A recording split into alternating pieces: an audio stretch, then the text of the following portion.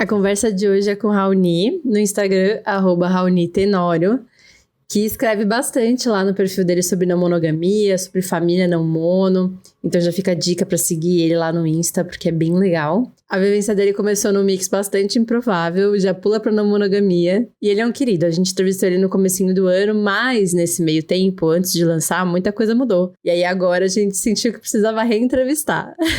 Claramente, a nossa curiosidade estava alta nesse episódio, vocês vão perceber. Caraca, legal essa aberturinha. A gente não faz nada com isso, a gente só se diverte. É importante, faz parte do processo. Então, Raoni, conta um pouquinho de você, pro pessoal te conhecer melhor. Quem é o Raoni? Onde mora o Raoni? Beleza. Eu sou o Raoni, tenho 33 anos. 33 anos.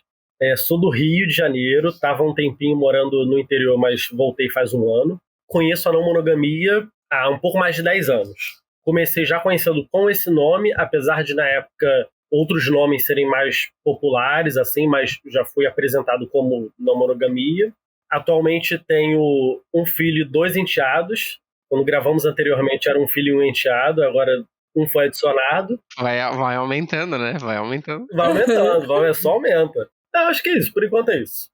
Há 10 anos atrás, você conheceu como não monogamia mesmo? O termo já tinha chegado em você? Eu namorava monogamicamente, uma pessoa que, enfim, como eu era da igreja e estava saindo, era uma pessoa que também era da igreja. Tem muito não monogâmicos crentes por aí, né, espalhado.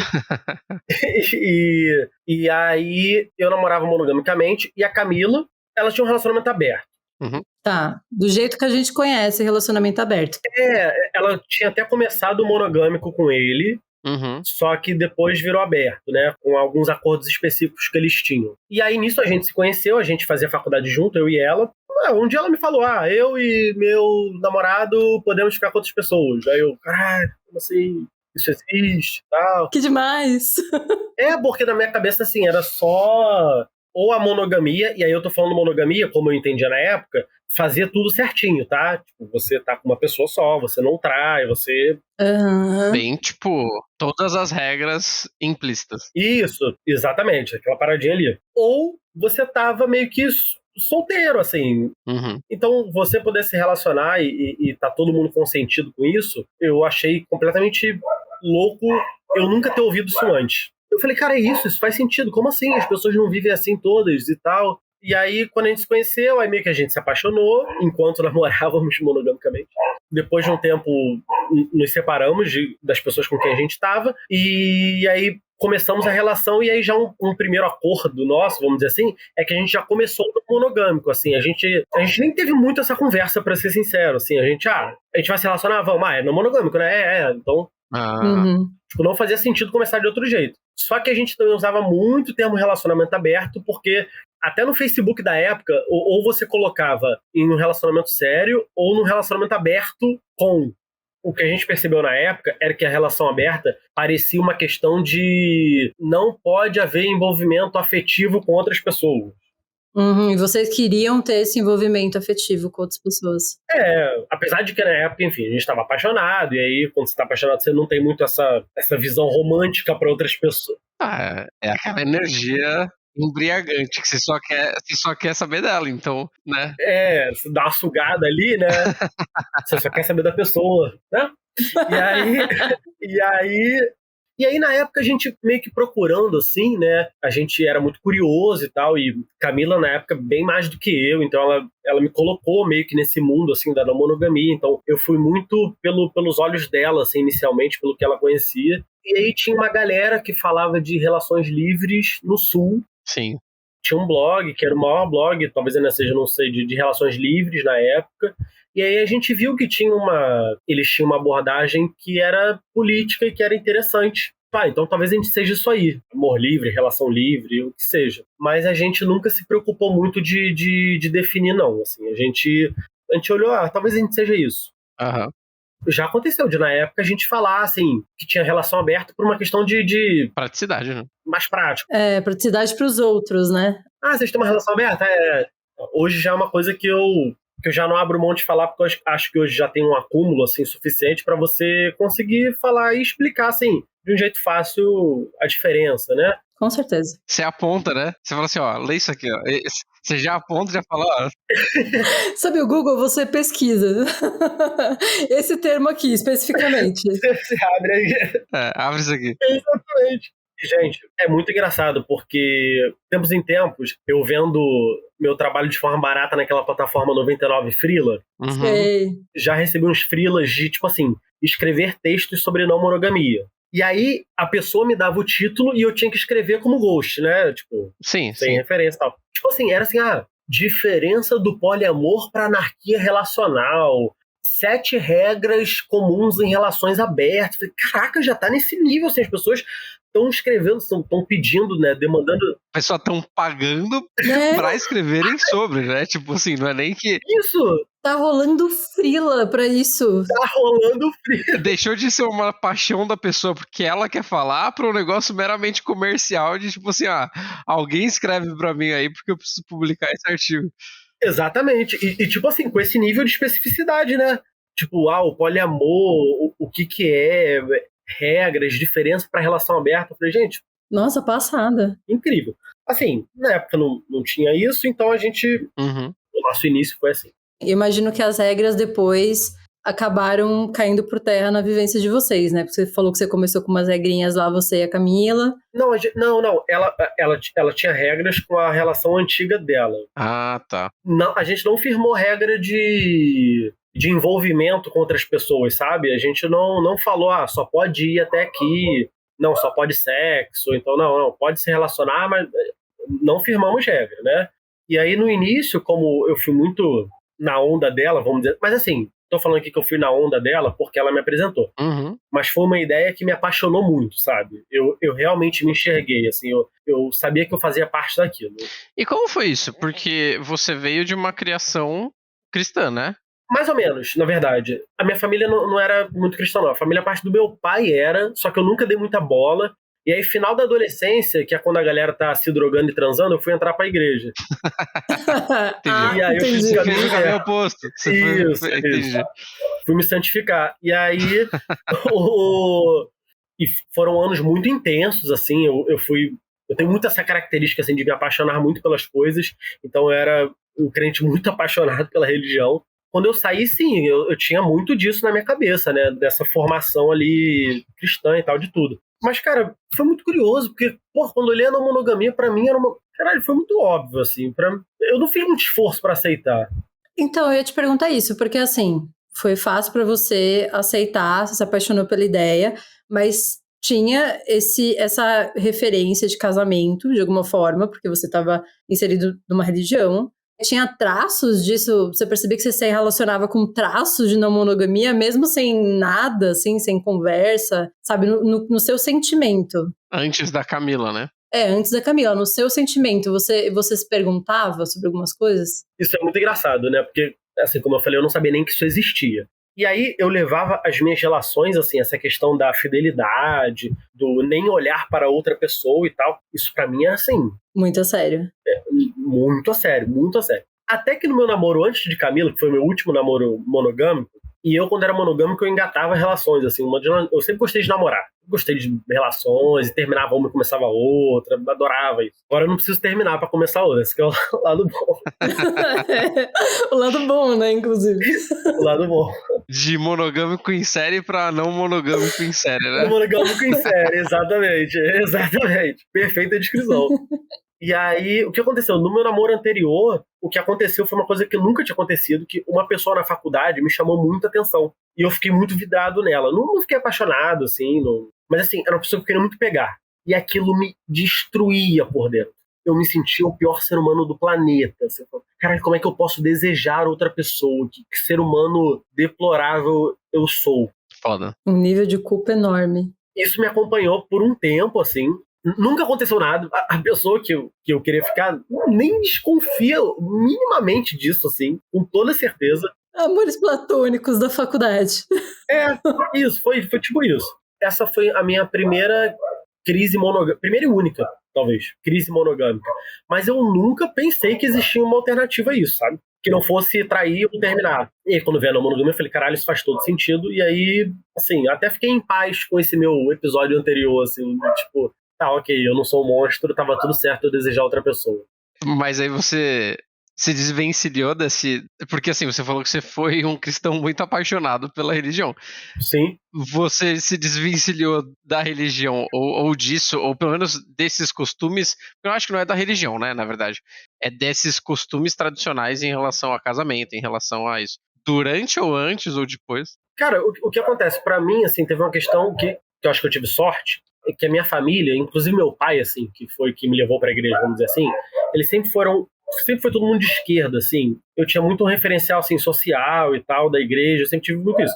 Era homofóbico, era transfóbico, tinha tudo isso, contra o aborto, tudo isso fazia parte do combo. Mas tinha essa pegada social, assim, tipo, os pobres importam, tal, igreja, era isso. Eu acho que isso facilitou quando eu saí da igreja, sabe? Entendi. Porque eu já tinha esse viés, eu só meio que atualizei ele, fiz um update ali. A ideia, o senso de comunidade encaixa muito na não monogamia, né? Então... Sim, ou deveria, né, pelo menos. Ou deveria. Ter esse senso de comunidade já ajuda, eu acho. Eu acho que isso casou muito, assim. Pra mim foi uma transição muito natural, assim. Você falou que você foi criado um pouco mais à esquerda, fazendo pra direita, à esquerda. Mas assim, querendo ou não, é uma quebra muito grande nessa parte de costumes, casamento. Por mais progressista que a família seja, tem ainda questões meio complicadas pra família lidar. E aí a sua família sabia disso? Não, várias. Inclusive algumas questões que a gente quer até abordar, mas a gente faz depois. Eu vou pincelar isso agora, porque eu acho que conforme eu for contando a história, vai fazer mais sentido mais à frente. Porque as manifestações familiares contrárias, elas foram mais intensas agora, depois de 10 anos. Então, assim, eu posso dizer que inicialmente eu nunca escondi, sempre adorei falar de não monogamia pra todo mundo que me perguntava, inclusive pra quem não perguntava. Eu e Camila, a gente escrevia junto sobre isso. Então, assim, nunca foi segredo pra ninguém. Só que o que acontece é que, como por a maior parte da minha vida não monogâmica, eu vivi com Camila e com crianças e com aquela identidade de uma família ali, eu acredito que as nossas famílias se fiaram nisso para não pensar que éramos não monogâmicos. Ali tem papai, mamãe, filhinho, então tá tudo certo. E que isso trazia uma certa tranquilidade para a família, para eles não se manifestarem muito contrários. Isso começou agora mais recentemente, mas aí conforme eu for falando, acho que vai fazer mais sentido. Porque no começo, vocês chegaram a ter afetos... Eu vou falar mais sérios, mas não é o termo certo, mas assim, tipo, mais entendo. Com construção e trazer pra perto, e enfim, a vivência do dia a dia. Não. Inclusive, já trazendo uma história engraçada agora, né? Na época eu sofri. Sempre. Assim que a gente começou na não monogamia, Camila tinha um crush que nem era do Rio de Janeiro. Nossa, eu morria de ciúme dele, assim, mas num nível... Ai, meu Deus. Eu queria que ele desaparecesse da face da terra. Eu conheço esse sentimento. E ele tinha uma parada, assim, meio que de ser engraçadinho, de ser um cara meio, tipo, sagaz, assim. Eu ficava assim, caralho, filha da puta, ainda é maneiro, cara. Muito bom. Cara, eu era tão babaca, assim, de demonstrar que eu tava mal e desconfortável, que eu acho que a Camila desistiu por causa disso, assim, por causa do desgaste que eu causei, assim, desistiu de... Foda. Não, e tipo assim, eu nem acho que eles teriam algo mais sério, como você falou.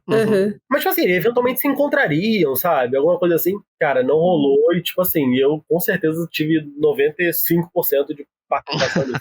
Mas você tinha dificuldade em comunicar, isso tá querendo dizer? Comunicar o que você sentia sobre isso? Não comunicava nada, eu só demonstrava que eu tava puto. Não, e mostrava, e queria que ela sofresse tanto quanto eu. Entendi. E ela não sacava o que estava acontecendo, tipo, ela sabia que estava com ciúmes, mas... Depois de um tempo ela sacou, e aí sempre que ela pensava em mencionar ele, eu já fazia uma cara de nádega, já terrível. E ela já ficava, então deixa pra lá. Isso, exatamente, claro. É foda, porque isso, eu não sei você, mas eu sei que eu já fiz isso, eu sei que a Pá já fez isso, e eu me sinto culpado, assim, tipo... Ah, eu também. Claro, muito. Eu sei que na época eu não tinha as ferramentas pra lidar com isso. Sim, total. Assim, gostaria que tivesse sido diferente, gostaria que eu tivesse a evolução que eu tenho hoje na época, sabe? Não, mas não tem como, não tem como. Queria nascer com a maturidade de hoje, tipo isso. Exatamente. Queria nascer Buda, porra. Gente, muito difícil. Tipo, vocês estavam falando de relação séria? Não, a gente não. Por muito tempo, não. Depois de uns anos, sim. Aconteceram relações, e essas relações estavam sempre convivendo ali, chegavam aí em aniversários nossos e tal. Mas assim, rolava um receio. É claro que é difícil, gente. Sim. Exato. Não é normalizado. Então é óbvio que é difícil. É um passo difícil pra dar, né? Mas e como é que foi, então, o primeiro passo? Porque a Camila tem um filho, você tem um filho com a Camila, não é? Tipo, então eu não sei qual é a cronologia desses fatos, mas existiu uma construção entre vocês dois, e aí construir com outra pessoa nesse processo é difícil, não é fácil. E demorou um pouco justamente por conta dessa cronologia. Porque o que aconteceu? A gente se conheceu, Camila já tinha o Juan, né? Um ano depois da gente começar, ela já engravidou do Antônio, e aí a gente foi morar junto. Um filho é muita coisa, né? Então ficamos mais a gente. Aí eu já tive também uma ideia de não monogamia que eu tive uma vivência que alterou a minha percepção de não monogamia, eu acho que pra sempre, assim. Na questão de criação de filhos e de morar junto. Eu entendo que morar junto é um desafio, eu entendo que nem todo mundo vai querer morar junto e nem tem que querer morar junto também. Mas às vezes eu vejo às vezes eu vejo umas falas. Pode ser só a minha ótica, assim, né? Mas eu vejo, tipo, eu olho, eu leio e vejo um individualismo, assim. Falo, gente, são outras discussões também. Uhum. Mas, assim, na cronologia, aí a gente começou a morar junto. Depois de 2 anos, a gente se mudou para o interior do Rio. E foi quando essas outras relações apareceram. Principalmente por parte de Camila, né? Ela teve 2 relações lá. Porque aí o que acontece também? Lá a gente era um pouco isolado de família, apesar de ter familiares lá. Tipo, a mãe da Camila se mudou para lá. Mas ainda assim era 2 familiares quando tinha, não era aquele núcleo familiar. Então ainda era uma coisa que, por mais que a gente colocasse ali no mundo, ainda era uma coisa muito restrita. Mas a gente, aos pouquinhos, foi mostrando que tinha outras vivências ali. Então ela namorou um cara, ele frequentava muito lá em casa, e aconteceu de estar junto no mesmo ambiente que família. Depois ela namorou uma mulher, e aconteceu dela ir no aniversário de Camila. Foi aos pouquinhos, assim, isso de naturalizar a presença de outras pessoas junto de familiares, sabe? Isso já no começo, na verdade, né? Se botar que a gente tem 10 anos mais ou menos, foi ali com 5 anos de relação, que aí foi quando ela começou a ter relações de fato de afeto, assim, com outras pessoas, sabe? Uhum. E como é que foi pra você? Então, pra mim, acho que já até falei isso pra vocês, né? As construções de Camila com mulheres sempre me incomodaram muito mais do que com homens, assim. Sério? Assim, o motivo é meio escroto, assim, né? Mas muito basicamente é assim, eu entendo que pelo conjunto de experiências que tanto eu quanto Camila já tivemos, é muito raro ela se interessar por homens, porque é raro existirem homens que interessem a ela. Então eu tendo a achar que a média dos homens não é tão boa, isso não me ameaça tanto. Uhum. E até caras muito legais com quem ela se relaciona, e eu não me sinto ameaçado, basicamente, por outros caras. Por mais legais que eles sejam. Em compensação com as mulheres, já fico mais mexido, assim. Assim, as vivências que a gente tem de outras pessoas é que normalmente é o contrário. Deveria ser o contrário. O que é curioso. E mesmo dentro da monogamia, tem toda aquela história de tipo, vou fazer homenagem. Sempre é com mulher. O cara nunca quer fazer com homem. Não só porque tem uma questão de homofobia internalizada, etc., mas também por uma questão de competição, né? Então é engraçado que, na verdade, o teu processo é invertido, assim, né? Eu acho. Eu já tentei entender, assim, tento ainda hoje, né, em terapia, exatamente o que acontece, assim, porque eu vejo até conversando com outros homens que é justamente isso que o Léo falou, é o contrário, assim, mas, assim, eu sigo com isso aberto, assim, né, fico atento. Eu acho que isso vai muito aonde dói na gente mesmo, sabe? As circunstâncias, assim, eu acho que tem uma série de coisas ali naquele pacote que faz cutucar, sabe? Sim. Eu, no caso, tudo me incomoda. Não, você é democrática com gênero. Eu sou democrática, isso daí pra mim é zero problema, tudo me incomoda. Mas aí é que tá, também, é aquilo que a gente tava conversando. Odeio esse lado meu, mas bora olhar e tentar trabalhar isso da forma que a gente consegue, né? Ao mesmo tempo, eu tive mais parceria com a mulher com quem ela se relacionou do que com o cara, assim. E era uma mulher com quem eu não me relacionava mesmo, né? A gente né, se colocava como lésbica. Mas rola um carinho, né? Não, e a gente se tornou muito amigo mesmo, assim. Que legal. Amigo de consolar, de contar ciúme, enfim. Isso é muito engraçado, né? Porque ao mesmo tempo que era a pessoa que mais incomodava, era alguém com quem eu tinha um carinho, assim, genuíno, assim, com quem eu construí uma relação, só que não era uma relação igual a de Camila, né? Uhum. Você sente que essa relação de amizade entre metamores e tal é mais fácil quando são mulheres, elas se sentem mais disponíveis a criar um vínculo de amizade com você, ou tanto faz? A sua vivência, tá? A sua percepção. Eu sempre tive mais amiga do que amigo. Uhum. E eu sempre senti mais facilidade de falar com mulheres. Recentemente tá muito equilibrado, assim. Eu acho que hoje dependeria muito mais da pessoa do que do gênero, assim. A gente vai se aproveitar de você. Porque a experiência que você tem com parentalidade na não monogamia é uma experiência que não é nem que poucas pessoas têm. Eu tenho certeza que tem muitas pessoas que têm. Sim. Mas a sua vivência é muito diferente, né? Porque a Camila já tinha um filho, vocês tiveram um filho, e aí a gente ainda não chegou nesse próximo capítulo, mas depois a gente entra. E aí a Susan tem um filho. São várias etapas, vários processos diferentes na mesma vivência, numa vivência só, né? Que é a sua e a da Camila. Mas antes, quer falar um pouco de como tem sido recentemente e como é que foi esse processo? E aí depois a gente entra no tópico para parentalidade. Deixa eu só voltar um pouquinho. Bem fofoca mesmo. Deixa ele contar. Ok. Eu acho que o combo não monogamia mais paternidade foi o melhor combo de vida que eu poderia ter para me tornar uma pessoa razoavelmente legal, assim. Que legal. A não monogamia não me deu tudo. Tiveram coisas que aprendi só sendo pai, tanto no tratamento com crianças quanto numa dinâmica dentro de casa. Quando você junta você ser não monogâmico com filhos, né, sempre rola, até na família, assim, uma preocupação constante quando a gente fala de outras relações, como eles vão ficar, não sei o que, pobres crianças, né? As crianças felizona. Porra, caralho, mais uma mãe, mais um pai, A criança não tá nem aí. Mais presentes das crianças. Mais gente pra dar esporro também, né? Também. Mas eu já comecei na não monogamia assim, né? Quando eu comecei me relacionando com alguém que já tinha um filho, aí a gente já começa sabendo que a gente não pode colocar uma mochila nas costas e falar que no dia seguinte vai pra Ibitipoca fazer não sei o quê, porque tem uma criança que precisa de um cuidado. Então a vida ela anda diferente, né? O ritmo dela já é diferente. Uhum. Quando tivemos Antônio, mais ainda, quando descobrimos que Antônio era autista, outros cuidados, terapia, e aí já entrar num outro assunto de neurodiversidade, de aprender sobre isso e tal. Essa era a nossa vida, né? Eu, Camila e as crianças. Ano passado, resolvemos voltar para o Rio porque eu recebi uma oferta de emprego no mesmo lugar onde eu trabalho, só que aqui na capital, ao invés de ir no interior. E aí a gente achou que era a hora de voltar ao Rio depois de ficar mais de 6 anos muito longe, far away. E aí quando a gente volta, pode-se dizer que talvez esse tenha sido o ano mais louco e intenso assim, da minha vida. Todos os sentidos, assim, sentidos muito bons e em sentidos muito ruins. Juntou também, eu acho que saída de pandemia, né, gente? Tipo, com certeza. Quando a gente volta pro Rio, já volta numa discussão sobre não monogamia muito mais ampla e legal do que quando a gente saiu daqui, né? Muito mais grupos. E aí, enfim, muito mais discordâncias. Isso acontece. Assim que chegamos, a gente praticamente se cercou de pessoas não mono, assim. E engraçado que foi uma coisa meio que natural também, tipo, quando a gente viu, a gente estava saindo pros lugares e na maior parte desses lugares as pessoas eram não mono. Que legal. Tivemos uma relação assim que chegamos. Eu me relacionei com uma pessoa, que Camila também se relacionava. Durou alguns meses. Primeiro eu terminei com essa pessoa, depois Camila terminou. Não deu certo. E foi uma das partes muito ruins. Apesar de 10 anos de não monogamia, tudo muito novo. E aí, neste ano de 2023, eu já tinha terminado essa relação. Eu conhecia a Susan, porque a Susan trabalhava na RC Não Mono, né? Porque as coisas que eu fazia com a AD, a Susan intermediava a maioria delas, assim.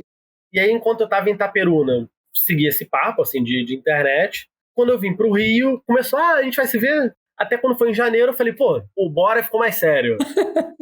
E aí, ela é uma pessoa com a agenda muito cheia, uma pessoa muito disputada, muito concorrida, difícil de encontrar. Impressionante. Aí ela do lado. Aí ela conseguiu um espaço na agenda pra mim, né? Uma pessoa muito bondosa. A gente se encontrou a primeira vez pessoalmente e foi muito bom, foi incrível, foi um primeiro encontro foda. Quando acabou, os dois tinham curtido muito. Tava nítido que tinha sido muito legal. E aí a gente vai se ver de novo e tal. E aí desde então a gente nunca ficou uma semana sem se ver. Muito intenso. Isso é uma delícia, pô. E o que acontecia, né? Aí, inicialmente, Camila também conhecia a Susan só de forma online. E aí, uma semana depois, a Camila marcou o aniversário dela e chamou a Susan, que foi a primeira vez que se viram pessoalmente. Enfim, eu desenvolvendo a minha relação ali de afeto, né, com a Su, e Camila também começando a desenvolver uma relação de amizade com ela. Uhum. Eu não falo que essa relação é independente de mim, porque não tem como ser. Ela começou a fazer parte do convívio, convivendo você tá perto da pessoa, né? Assim como se Camila ou se a Su se relacionarem com alguém, e uma pessoa minimamente legal e tal, eu vou conviver mais, eu vou talvez desenvolver uma relação de amizade com a pessoa. Né? Elas desenvolveram. Só que os meus traumas me fizeram colocar certos limites. E eu falei, assim, tanto pra Camila quanto pra Su, que eu gostaria de ter ali a minha relação com a Camila, a minha relação com a Su e só. Isso ficasse do jeito que estivesse, porque a experiência anterior não tinha sido legal. Você diz no sentido de todos se relacionarem, você não queria que todos se relacionassem. Isso, exatamente. Entendi. Essa era a sua expectativa sobre isso, mas a expectativa delas. Era a minha expectativa e foi o que eu pedi, expressamente. Você comunicou que você queria isso? Sim, falei. Não, mas calma aí. Mas isso é a sua... essa era a sua visão. E qual que era a visão delas duas? A Su ficou de boa com o pedido e Camila não ficou de boa, mas o trauma da relação anterior acho que fez meio que... tá, ok, é um pedido razoável. Sim, já. Uhum. Justo. Eu já tinha levantado isso também. Eu tinha falado que era o que eu queria também. Isso. Antes... Foi uma coisa meio acordada ali, né? Entendi. Até que passaram uns meses, aí eu falei, cara, não faz sentido. Não, calma. Como assim? Você só chegou e falou, não faz sentido? Cara, sabe o que eu pensei assim? Tipo, acima de tudo, eu pensei, cara, pode dar muita merda, pode dar tudo errado de novo. Mas não faz sentido privar pessoas de se relacionarem na profundidade que elas quiserem. E se isso tiver que acontecer, isso vai acontecer. Vai acontecer. Eu brinco com elas que eu só me adiantei. Já tava vendo que ia vir. Eu só evitei o constrangimento de ficarem e depois elas virem, amor, tem negócio pra te contar. Tá? Entendemos. Me antecipei. Separadamente falei, olha, eu sei que eu pedi isso expressamente, não me arrependo de ter pedido, era o que eu queria ter pedido mesmo. Mas eu tô vendo que não faz sentido, então, de boa. 48 horas depois... Rápido. O date já tava marcado, já. Só tava esperando a liberação. Exatamente. O date já tava na agulha, já. Literalmente, isso foi num domingo. Quando foi na terça-feira, elas ficaram pela primeira vez. Ai, que lindo. Lindo pra quem? Com certeza pra elas. Isso, com certeza. Não, pô, lindo pra gente que tá ouvindo. Tô zoando ela, que ela falou que lindo. Não, e eu fiquei, tipo, quando aconteceu no dia, super de boa e tal, a vida seguiu, eu vi que aquilo ali também seria uma relação, né? Uhum. E foi uma época em que eu percebi que estava apaixonado também. Eu não me apaixonei imediatamente, assim, que eu comecei com a Su. Inclusive, de início, assim, eu me sentia até bloqueado. Traumas e gatilhos. Eu achava que ia dar errado, eu achava que uma hora ia tudo por água abaixo. Enfim. Mas, assim, foi passando o tempo, eu vi que não estava dando errado, muito pelo contrário. Foi a época em que eu percebi que eu realmente estava apaixonado. Bem apaixonado. Muito apaixonado. Assim que começou a relação delas, começamos os três a ficar muito juntos. E tinham razões óbvias para isso. Além da gente se gostar muito, todos tínhamos filhos. E pessoas que têm filhos procuram pessoas que têm filhos. Porque as pessoas que têm filhos sabem que as pessoas que têm filhos não têm tempo. Cobram menos, enfim, né? Uma série de coisas. E aí era mais fácil. E aí, vamos levar as crianças tudo. Vamos levar as crianças, ficar todo mundo junto e tal. É o que todo pai e toda mãe sonham. E mais pessoas para cuidar ali. Dá o dia de canseira, né? É o dia da canseira, exatamente. Os três juntos. A experiência traumática anterior me fez chegar numa conversa com elas e falar, olha, não quero um trisal. Não haverá trisal. E aí tanto a Su quanto a Camila. Não vai ter trisal, jamais vai ter trisal. Calma que eu tô contando a minha história aqui. Segura. Ó, depois a gente vai ter que fazer um podcast comigo mesmo pra eu dar o meu lado dessa história. Concordo. Vamos fazer. E aí elas, não vai ter trisal, não. Sem chance de ter trisal. Deus. E aí, enfim, começamos e tal a conversar sobre como seria importante valorizar os tempos a dois, né, dos pares ali. O trisal era assim, era exceção, era quando tivesse com as crianças e tudo mais. Um mês depois ali, mais ou menos, não tava rolando o não ter trisal. Por conta de tempo? Porque a gente adorava ficar juntos. Tipo, de uma forma orgânica foi Totalmente acontecendo orgânica. ao ponto de que, tipo, não fazia sentido. Vocês estavam racionalizando tudo que vocês estavam vivendo pra tentar não viver isso. Exatamente. Perfeito. Acho que eu não preciso nem falar mais nada. Entendi. Acabou a história. Não, sério, porque foi tão orgânico a ponto de, às vezes, ser inacreditável do quanto estava sendo. A gente percebeu que estava junto, queria ficar cada vez mais junto, apaixonado, você quer estar muito junto da pessoa. Como que estava a dinâmica, né? Eu com Camila, Juan e Antônio morando aqui, e a Su morando com o Davi, com o filho dela, no apartamento dela. Ia até a casa da Su, dormia lá, ela vinha pra cá. Fim de semana eu ficava aqui e dia de semana eu alternava. Era tipo isso, assim. Aquela organização de agenda. E a gente viu que tava rolando, assim, tipo, e não estava ruim. Eu sou uma pessoa que, apesar de eu ser um pouco chato com coisas de casa, assim, com manias, eu tendo a ter menos limites em relação a outras pessoas morando comigo. Eu aceito mais, assim, tipo, eu não tenho grandes questões com alguém ali no mesmo espaço que eu. Você é cri-cri com algumas coisas específicas, mas você gosta da muvuca. Você gosta da bagunça. Porra, é isso. Eu tô ligado porque eu sou assim. A Pá pode falar. Eu sou chato pra caralho com algumas coisas. Eu sou muito chato com umas paradas. Mas, cara, o que eu mais gosto é de ter gente em casa. É isso. Tipo, a minha vivência foi muito isso. Na minha criação, né? Tinha uma casa que tinha gente pra caralho. Sempre tinha alguém trazendo amigo e os caras... Eu adoro isso. Só que eu também sou chato. Tipo assim, a verdade é, eu também gosto das coisas do meu jeito e tal. Isso. Caralho, perfeito. Eu sou você. Eu sou exatamente você. E a Camila já é uma pessoa que coloca mais ali os limites dela de convivência, assim, de uma forma mais... Esse aqui é o meu espaço e tal. Eu deixo os outros entrarem no meu espaço. E a Su ficando muito aqui em casa e tava muito bom e tal. Aí eu cheguei um dia pra Camila e falei, pô, o que você tá achando aí da Su aqui ficando com a gente um tempão e tal? Porra, só pra saber. Aí ela, tá ótimo. Por mim, ela moraria com a gente. Aí eu... Eita! Já pegou? Camila? Já pegou o contrato que tava ali? Su, vem! A mala já tava pronta, né? Ela tava na porta com as malas, entendeu? Aí eu... Liberou! E tipo assim, cara, a Camila falar isso foi uma coisa muito bizarra, assim. Exatamente anterior ao Dia dos Namorados foi numa segunda-feira. A gente combinou que no dia 12 de junho, que no Dia dos Namorados, íamos fazer um jantar. E onde eu moro aqui é uma vila pequenininha, tem menos de 20 casas. Tá, comendo aí, eu falei, vocês já viram que tem uma casa aqui, alugando aqui, maior e tal?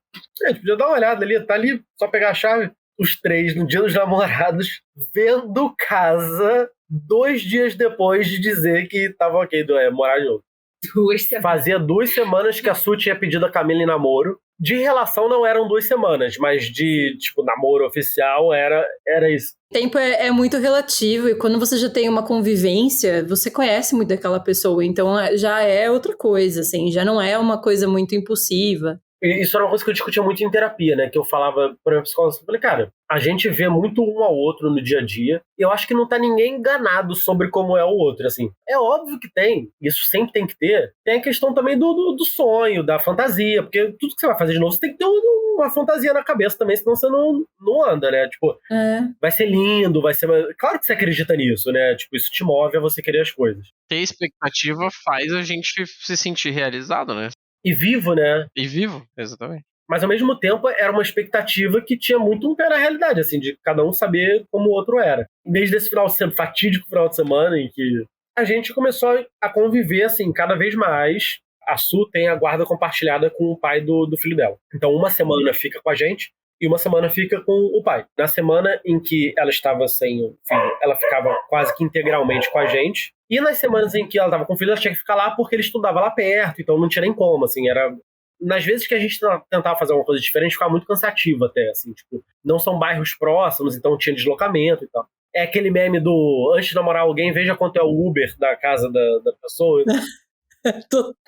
Não fizemos essa pesquisa, a gente foi morar junto, entendeu? Resolvemos o problema do Uber. Teve um momento que, assim, só fazia sentido a gente morar junto, sabe? Como é que foi falar isso pras crianças? Vai ter uma pessoa nova morando aqui com crianças. Não, eles já se conheciam, né? Eles já estavam convivendo há alguns dias.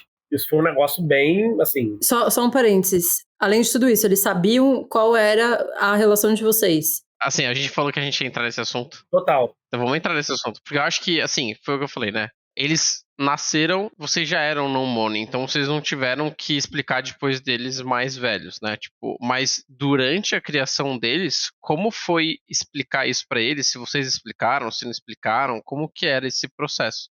Quando as relações conviviam mais, eles acabavam vendo e eventualmente perguntavam e eventualmente a gente falava. Ah, é o namorado, é a namorada da mamãe, do papai e tal. Isso é uma coisa interessante porque a gente acha que às vezes só vivendo a criança vai olhar, vai ver e vai entender, vai aprender com a vivência. E isso não é verdade, assim. Você precisa falar coisas às vezes. É legal quando as coisas são orgânicas, mas algumas coisas você precisa provocar. Então, às vezes, você precisa sentar com o seu filho e falar, olha, o que temos é isso, e isso acontece. Uhum. Chegou um momento que rolou isso? Aconteceram momentos, assim, eu não vou saber te dizer quantos foram, mas aconteceram momentos tanto com o Juan quanto o Antônio, quando eles eram mais novos, vocês sabem que a gente pode namorar outras pessoas, né? Ah, sabe, e tal. E aí isso foi virando, você sabe que a gente pode se relacionar com outras pessoas, né? E souberam, assim. Uhum. Acabou se tornando algo que hoje eles sequer questionam, assim, não é uma grande questão. É a realidade deles, né? Não é Isso. Um choque, porque eles foram criados assim, né? Isso já estava normalizado dentro da experiência deles, né? Sim, sim. Com o Davi, né, com o filho da sua, exatamente a mesma coisa, assim. A não monogamia é algo que é qualquer coisa, é como ir pra escola, sei lá. Quando houve essa mudança, assim, de todos morarem juntos, houve, assim, algumas mudanças importantes, do tipo, todos tinham um quarto pra si, e aí agora o Antônio e o Davi dividem um quarto. Isso é muito difícil em várias situações. E aí se adicionam várias camadas também, do tipo, você tem ali as pessoas que são os filhos das pessoas, só que todos partilham do cuidado. As decisões, quando a gente vai ter decisões sobre o que vai acontecer com as crianças, a gente sempre procura que seja uma decisão de todos, né? Porque não faz sentido não ser. Uhum. Na unanimidade ou tipo assim, no sentido de, tipo assim, porque são 3 pessoas. É muito mais fácil você chegar numa unanimidade entre 2 pessoas, porque é um processo de negociação. Em 3 pessoas, continua sendo esse mesmo processo? Ou tem voto vencido? Cara, posso te falar, a gente negocia muito bem. É impressionante. As conversas são muito boas sobre praticamente todos os assuntos. Entendi. Os 3 têm uma vivência muito diferente um do outro, assim, histórico, assim, de família, de onde vieram e dos valores. Uhum. Então, toda discussão, quase sempre, são 3 pontos de vista distintos mesmo. E a gente sempre consegue chegar numa resolução, assim, do que fazer. Tem um diálogo, né? Tem uma boa convivência. Sim, mas então vocês chegam numa resolução unânime. E a gente chega numa resolução unânime, sempre alguém cede alguma coisa, repensa. Até agora, falar com vocês, não tinha parado para pensar nisso especificamente. Mas eu acho muito legal o jeito como a gente discute e resolve e decide as coisas aqui. Eu acho que é um jeito muito bom. Como a gente tem a convivência das crianças, que torna tudo mais específico, assim, esse cuidado, ele sai um pouco da questão sanguínea e passa para uma questão de quem está disponível na hora, sabe? Uhum. Então hoje eu fui trabalhar presencial, por exemplo. Camila e Su ficaram em casa. E agora a Camila foi para a faculdade e eu cheguei em casa. A gente organiza a nossa vida para que sempre tenha pelo menos um adulto disponível. Sim. E é essa disponibilidade que é o maior fator que influencia na questão do cuidado. De que quem vai fazer cada coisa com que criança e em qual dia. Uhum. Assim, tem a ver com a necessidade. E não com de quem é o filho. Isso não faz diferença. O filho é de vocês no sentido de carinho, de afeto, de cuidado. É de todo mundo, né? Isso. Isso não significa que não tem situações em que talvez um seja mais hábil do que o outro para resolver. E aí, às vezes, a questão sanguínea conta sim. Então, por exemplo, alguma coisa que seja específica daquela família, que a pessoa tem um conhecimento prévio e que a conversa demanda um cuidado maior nesse sentido. É melhor que a pessoa que já tem aquele contato familiar de anos desenvolva aquela conversa com a criança, que geralmente é o seu filho, sobre alguma situação. Então, não vou dizer que nunca conta, não é aquele cenário... Ideal, perfeito. Sim, nunca é. Não é isso. É claro que às vezes conta, é claro que às vezes é importante. No nosso caso aqui, o sanguíneo, ele determina, inclusive, quem conviveu mais com a criança por mais tempo, né? Mas para coisas assim, muito do dia a dia, grandes decisões daqui para frente, em que turno eles vão estudar, em que escola eles vão estudar, como a gente vai fazer para levar as crianças, isso é muito conjunto e é muito quem está disponível, sabe? Como vocês estão sentindo que a sociedade receber vocês. Essa dinâmica familiar. Tipo, vocês já passaram por situações do tipo, a Su vai buscar... Nunca tivemos qualquer problema quanto a isso. Eu percebo questões, assim, começando por onde a gente mora, especificamente, assim. Ah, é verdade. É uma vila. O síndico daqui da vila não é uma pessoa muito simpática à nossa relação. Ele nunca vai ouvir. Não. Tomara que eu vou botar aqui na Alexa pra tocar quando estiver disponível. Eu vou botar aqui bem alto, só que a casa dele é longe também. Sabe aqueles casos do preconceito sutil que você não tem como provar, que se você quiser provar você passa de maluco, mas que nitidamente foi um incômodo? Uhum. Sim. Já aconteceram situações em que Camila estava com a Susan em determinado local e sofreram uma retaliaçãozinha por estarem juntos. E juntos assim, cara, piquenique, sabe? Literalmente piquenique. Canga, porrada e Sim. Já tiveram questões engraçadas de vizinhos aqui me verem de mão dada com a Su na rua, olharem, depois voltou assim o pescoço assim e ficou tipo, o que tá acontecendo assim? E a gente brincava muito que no início, na frente aqui da casa tem tipo uma varandinha assim, e geralmente estão os pares ali, ou eu com Camila, ou Camila com a Su comigo, ou nós três, e eu fico pensando, cara, imagina a pessoa que passa ali, cada um, né? A não monogamia é sempre o último pensamento da pessoa, né? Sim, claro que sim. Nem passa pela cabeça, óbvio. Não. Então eu ficava pensando assim, vamos supor, eu e a Su, que cara, filha da puta, traindo a mulher com não sei o quê. Com a amiga da esposa. Com a amiga, né? Tipo, aí se alguém via a Camila com a Su, caraca, chifrando o marido, que piranha, cara, que mulher. É muito. E a gente ficava tentando imaginar, assim, os diálogos com quem passava na frente via. Hoje todo mundo aqui já sabe, porque vê a gente no convívio, acho que... Esse assunto já foi abordado? Aberto e diretamente não. Não, nunca foi abordado. As crianças já sofreram alguma coisa de pai de amiguinho? Nunca chegou até a gente isso. E assim, no aniversário, por exemplo, do Antônio, que vieram os amiguinhos da escola, a Su tava aqui, normal, convivemos normal. Teve problema com família. 10 anos depois de não monogamia, de todo mundo saber e tal, que éramos não monogâmicos, eu queria fazer o meu aniversário. E aí eu queria fazer o aniversário onde eles moram, os meus avós moram com meu tio, justamente por conta desses problemas todos de mobilidade e tal. E é óbvio que a Su iria, porque, claro que ela iria, não faria nem sentido a opção não ir. Começou a haver uma preocupação da minha família com a minha avó, coitada. Como ela veria isso, né? Eu recebi isso de uma pessoa que, na verdade, eu admiro e amo muito, que pra mim foi uma grande surpresa, e eu fiquei bem decepcionado, na verdade. Foi uma coisa que mexeu muito comigo na época. Porque a gente sabe o que esperar de algumas pessoas, né? Então, às vezes, vê uma coisa ruim de uma pessoa, mas você não se decepciona, e às vezes nem fica puto, porque era aquilo que você já esperava, né? Sim, tá preparado. E a vida segue ali. A decepção é isso, né? Quando vem de alguém que não espera, né? É. E aí eu fiquei pensando muito aquilo ali, e foi uma coisa que mexeu comigo. Eu falei, caramba, tipo, uma pessoa que tem a cabeça aberta, com quem eu converso sobre todo e qualquer assunto. Uma das pouquíssimas pessoas de família com quem eu falo abertamente sobre não monogamia. E aí, quando chega a vez de viver, mete uma dessa, sabe? Eu... Chateia. Fiquei chateado. Fiquei sem reação, ao mesmo tempo que fiquei chateado porque eu não esperava. Foda-se, vou fazer aniversário aqui em casa mesmo. Vem quem quer. Quem ficar incomodado, manda tomar no cu, expulso, porque a casa é minha. Sim. Acabou que minha avó não veio no meu aniversário e tal. E vieram outros familiares. E o pessoal que foi também ficou tranquilo. Teve que ficar. Não era uma opção. É. Não, mas assim, não, tudo bem, teve que ficar, mas tipo assim, a gente nunca sabe o que vai acontecer de verdade. Tipo assim, você avisou as pessoas e tal, mas... Depois de alguns episódios, assim, tem mais o pé atrás de falar algumas coisas assim comigo. Eu costumo responder e tal, eu não deixo as coisas, então acho que isso também contou. E aí, no final de semana seguinte era aniversário do Antônio, meu filho, a gente faz aniversário muito perto. Eu chamei minha avó de novo, e aí eu falei pro Antônio gravar um áudio pra minha avó chamando ela, pra convencê-la a vir. E aí ela veio, e gente, ela tá viva, não se matou. Olha só que coisa, né? Pra todo mundo que tá preocupado. Deve tá ligando nada. Não morreu, tá lá, tranquilo. Qual era a questão, assim, pra mim, muito nítida? Os mais jovens queriam os mais velhos pra justificar o seu preconceito, né? E aí, se a minha avó não demonstra o preconceito, fudeu, né? Porque ninguém tem mais autorização pra ser conservador. Total. Se a velha de 80 e tantos anos lidou de boa, dali pra baixo, meu irmão... E eu acho que foi isso, assim, foi uma... Ai, sua avó não vai suportar, mas, tipo, torcendo para ela não suportar, porque se ela suporta, fudeu, todo mundo tem que suportar. Parte da minha família repetiu padrões de quando eu conheci Camila também, não foi fácil.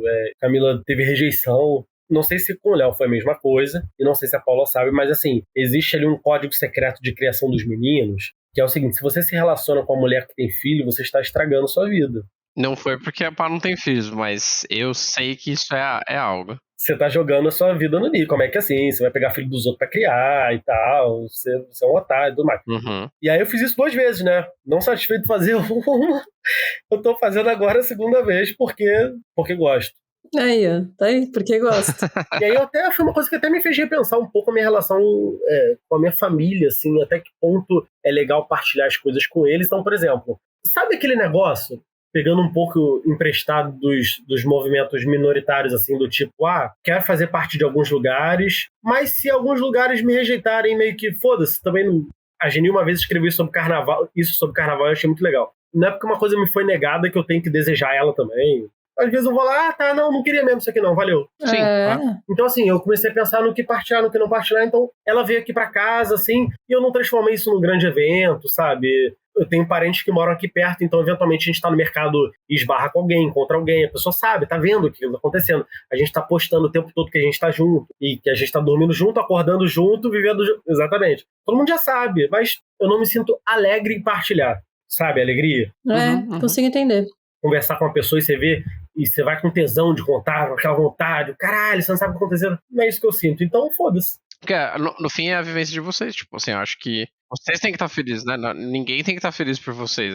Exatamente. Especialmente quem é muito apegado à família, quem tem uma criação muito próxima. Eu acho que é um processo que é muito individual, mesmo você estando na relação com a Camila e a sua família lidar de um jeito, e a da Susan vai lidar de outro, e a da Camila vai lidar de outro. Sim. E isso, a forma como bate na gente, também é diferente, né? Mesmo que a gente esteja na mesma relação com a pessoa. E a Camila costuma falar que nós somos os desgarrados, porque nossa família se esforçou muito e se esmerou muito através da monogamia, mas claro que nem havia essa discussão, porque a monogamia era a única possibilidade de relação, criar uma família feliz, criar famílias felizes e tal. E quando a gente quer viver na monogamia, de alguma forma a gente está confrontando isso que eles se esforçaram tanto para criar, né? Totalmente.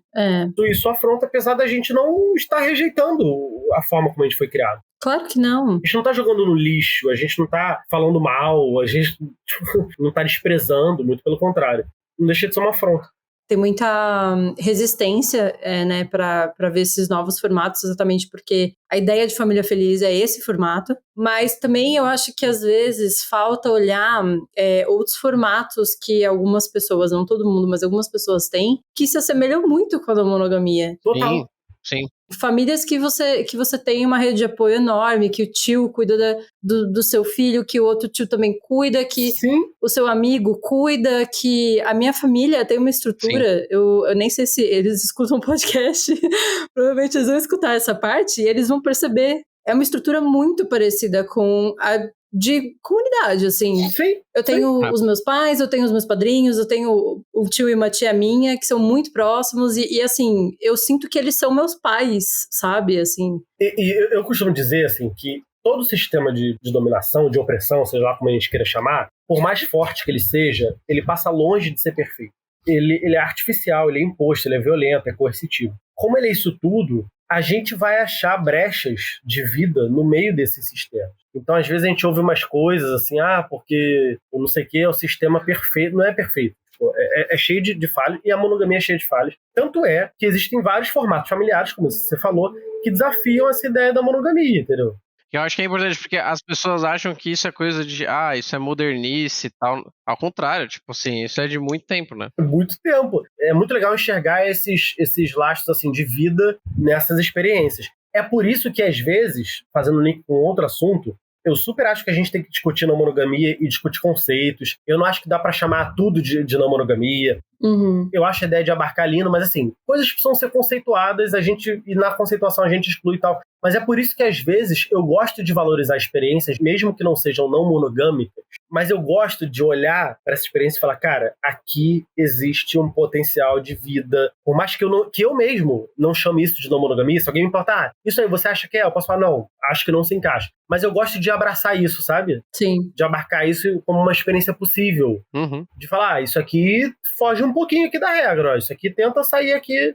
Eu acho legal identificar esses pontos, assim. Não, mas é importante. A gente foi num seminário que aconteceu aqui na USP. A gente foi só no primeiro dia, eu não sei como é que foi a conversa no segundo dia, né? Mas uma das coisas muito legais que o pessoal falou é exatamente isso, sabe? Tipo assim, ao invés da gente discutir se é ou se não é muito mais importante a gente entender que a trajetória de cada um tá indo contra, tá combatendo essa questão imposta, essa questão social, que enfim, e já abre esse vínculo, já abre essa porta pra gente falar sobre sobre a não monogamia política, no sentido de que a não monogamia política é muito importante. Eu acho que ela faz com que as pessoas se sentam mais amedrontadas de olhar pra si mesmo, né? Porque quando você fala é um sistema opressor, é um sistema patriarcal, é um sistema machista, o cara que tem todos os privilégios do mundo olha pra isso e fala assim, porra, como assim? Você tá me chamando de opressor? Sim. Você tá me chamando de machista? E tipo assim, é um processo difícil pras pessoas fazerem, o orgulho bate forte. Sim. E aí eu acho que as pessoas se sentem um pouco ofendidas por dois motivos, né? O primeiro é porque existe essa crítica, e o segundo é porque quando a gente fala, a gente escolheu esse formato, que esse formato é o certo, a pessoa acha que a gente tá falando que o formato dela é errado. Tanto é que a pergunta que a gente mais... A frase que a gente mais ouve quando a gente fala que é não mono é: nossa, eu nunca conseguiria. Essa é unânime. Acho que todos os não monos já ouviram isso. Já ouviram isso, com certeza. E a pergunta e o ciúme? A pergunta e o ciúme. E o ciúme. É verdade. Essa é famosa. Eu tenho essa mesma abordagem de reconhecer que é uma possibilidade, assim. É um jeito de começar os assuntos.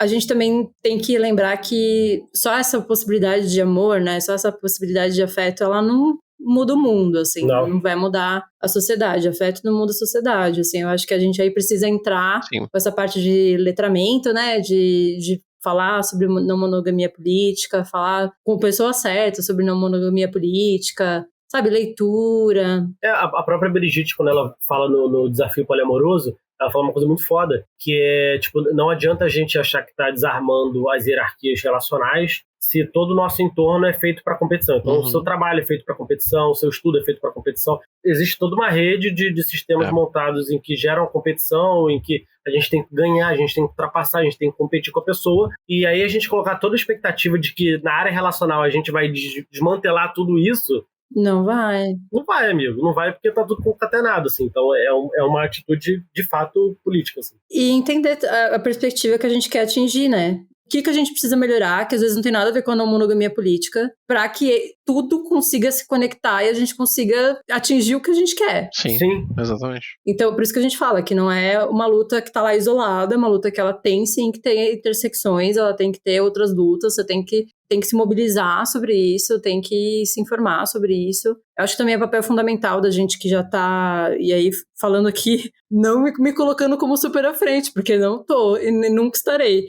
Mas assim, eu acho que quem já tá um pouco mais dentro dos movimentos também, de puxar a mãozinha dessa galera e falar, olha, que legal que você se identifica assim, mas tem isso aqui também que é legal, ó. Essa luta passa por aqui. Trazer a reflexão, né? De alguma forma, a gente entra em contato com isso, entende? Então, é importante a gente também dar esse ponto de contato, assim. Assim, a gente tá falando pra caralho, mas eu acho que é importante, porque isso é o fruto da desigualdade. Tipo, as influências, os atravessamentos que tem durante a vida. A pessoa que ela tem que se preocupar com X, ela não tem tempo pra se preocupar com Y. É isso.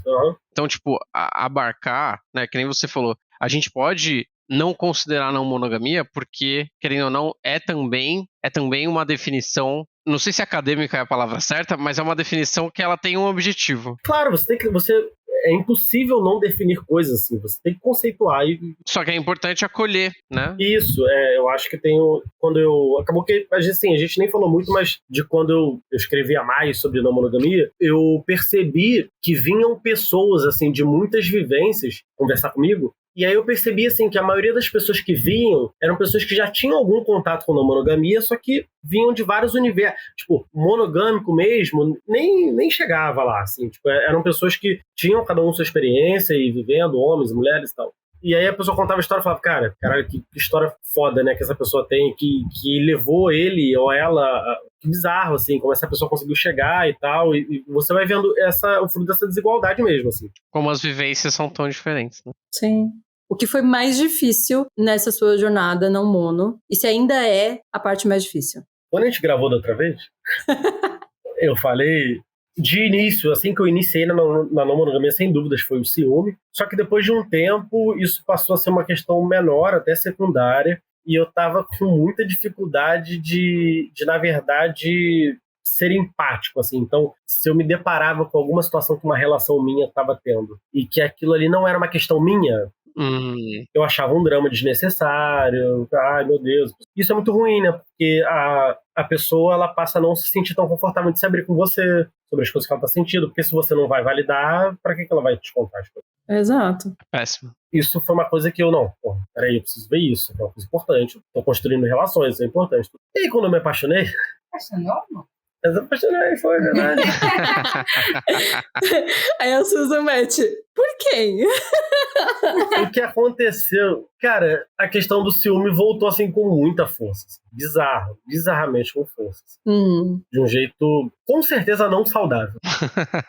Hoje acabou que se transforma na questão mais gatilho, assim, pra mim. E aí é isso, assim, eu sei, eu reconheço as situações que são mais difíceis pra mim, e às vezes não vou pra essas situações, às vezes eu vou porque acho que vou saber lidar, aí às vezes eu lido, às vezes eu não consigo lidar. Tô nessa, assim, então houve mudanças. Começou no ciúme, deixou de ser o ciúme, passou a ser a falta de empatia, e hoje... Volta a ser ciúme. Volta a ser o ciúme.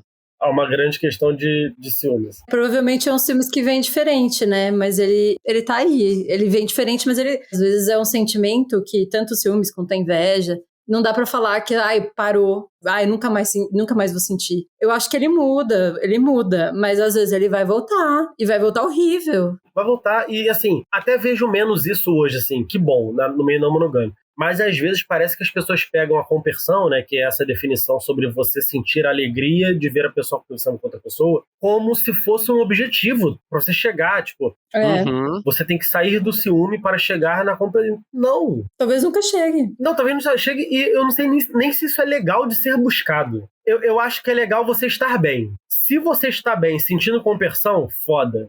Maneiro. Parabéns, né? Porra, Parabéns. Muito legal. Parabéns, fico feliz que você sinta esse ciúme tão gostoso, que eu já senti. Mas assim, é legal a pessoa saber que ela vai sentir compersão e ciúme ao mesmo tempo, às vezes pela mesma pessoa, e que isso vai voltar, assim. Às vezes não tem muito além o que fazer do que sentir. Às vezes tudo que você vai ter pra fazer vai ser sentir. Aí você vai sentir, aí você vai tentar não surtar, você vai tentar não descontar aquilo nas pessoas. Às vezes você vai descontar. Às vezes você vai descontar. Exatamente.